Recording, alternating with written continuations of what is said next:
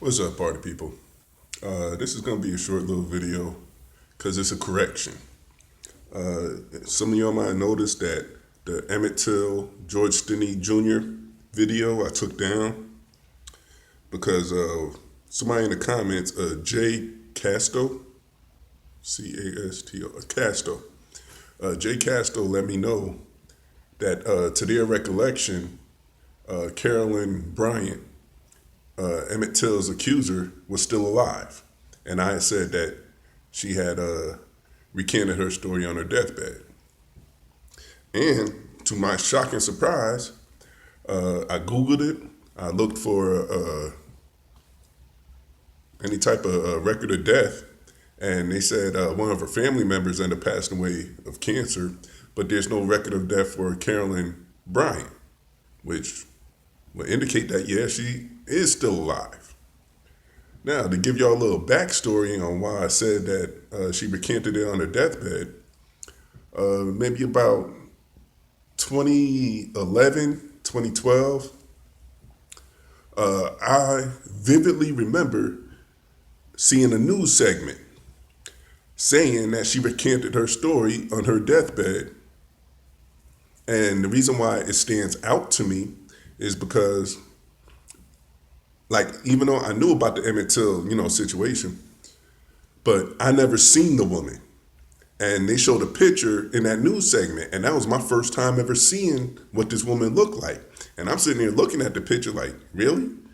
Like, that's what all the fuss was about? Her? Like, don't get me wrong, I'm not judging it. But still, really? That's what the... So that's number one thing that struck me. And the second thing that struck me was that she waited all her time till she was about to pass away and then be like, yeah, I lied about it. Like, it kind of pissed me off then. But also in that news segment, like I said, it talked about it, it showed the picture of her, and it talked to another one of her family members. And this was a woman. She had like curled hair, dirty blonde, maybe down to her shoulders. And even she was saying like, yeah, this been plaguing her a long time. I'm glad she could finally put it behind her. It's been a blemish on the family name, that whole thing. And like I can't remember exactly what channel I saw that news segment on, but I know for a fact that I saw that news segment. I know I did, man. Because like I said, the thing that sticks out to me, that was the first time I seen what that woman looks like. Before that, I never knew. And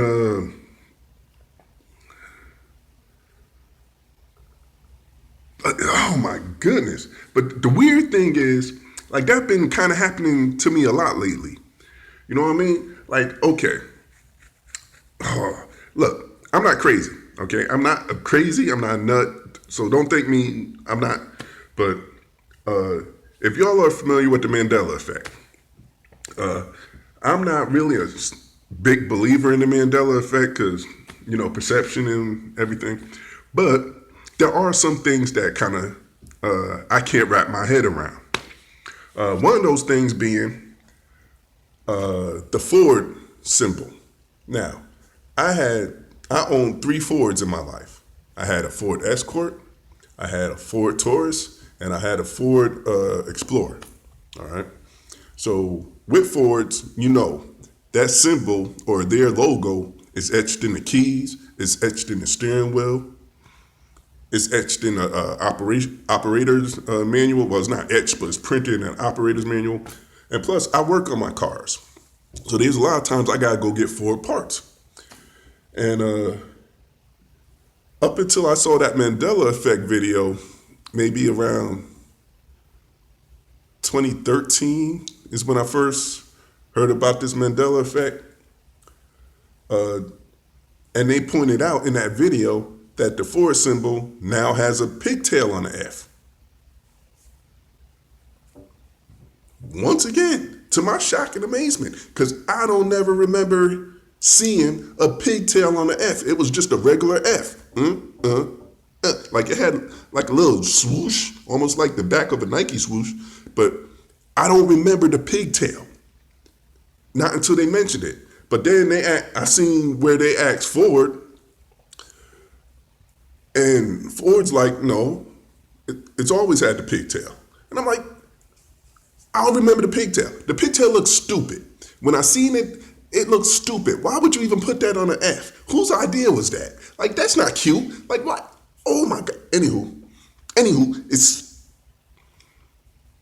I don't remember that being on an F. I really don't. 3 Fords. So I seen that Ford symbol every day for a good portion of my life. I do not remember that seeing that pigtail on the F. And not only that, like one of the more famous ones is the Beerstein beer thing. Because back then, as a kid, I was a big fan of the Beerstein beers. I was a big fan of the highlight books. You know what I mean? Like I even, them contests that the schools have, where if you sell a certain amount of whatever, you get to order books. Like back then, they were like the Hardy Boy books and Nancy Drew books or highlight books. And I had sold enough to get highlight books. Plus, when my mom took me to any doctor's office, that's the first thing I grabbed was the highlight books. And I remember the Beerstein Bears being Stein. And plus another thing, like I was a real stickler on the way words looked because I was taught to pronounce or pronunciate the word. You sound it out.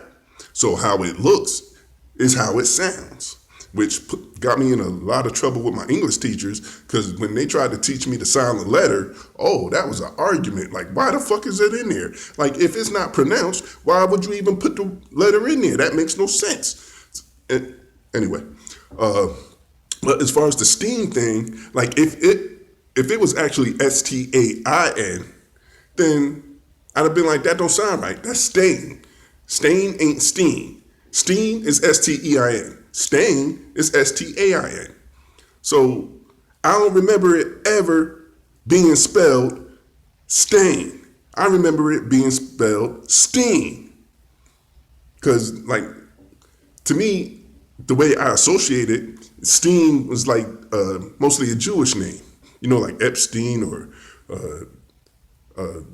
Fitzgerald Steen or whatever. That's just the way I associated it. But when I saw the Mandela Effect video and it said, no, it's always been Stain. Bullshit. No, it ain't. No, it has not. That was Beerstein. They were the Beerstein Bears. Stein. When it became AIN, I have no freaking idea. I really don't. Right hand to God. It's just certain examples like that kind of drive me crazy. Like I said, I ain't gonna go into all of them because I don't want you to think any less of me. But anyway, I'm even getting off the subject. But yo, I saw that news clip. I'm telling y'all, I saw that news clip. I saw it. They said that she recanted her story on her deathbed.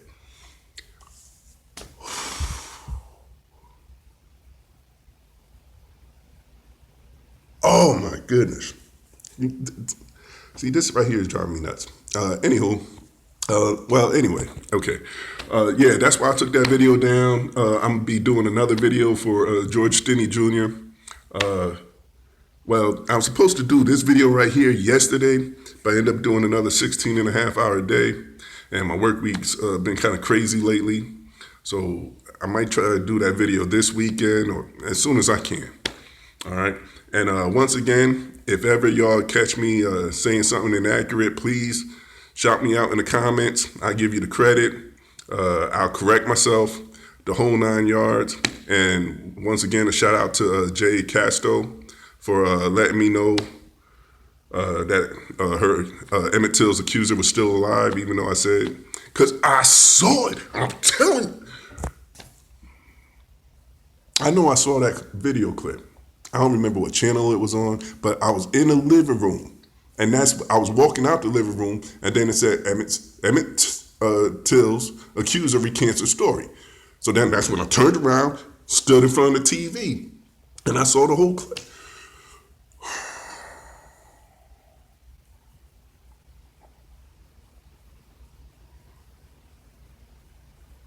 things is just so freaking weird lately, man. Like, I don't know if it's me or, oh my goodness, I don't know. But anywho, what am I doing? Y'all have a great weekend. Y'all be blessed, be safe. One, I ain't gonna keep y'all. It's a wrap.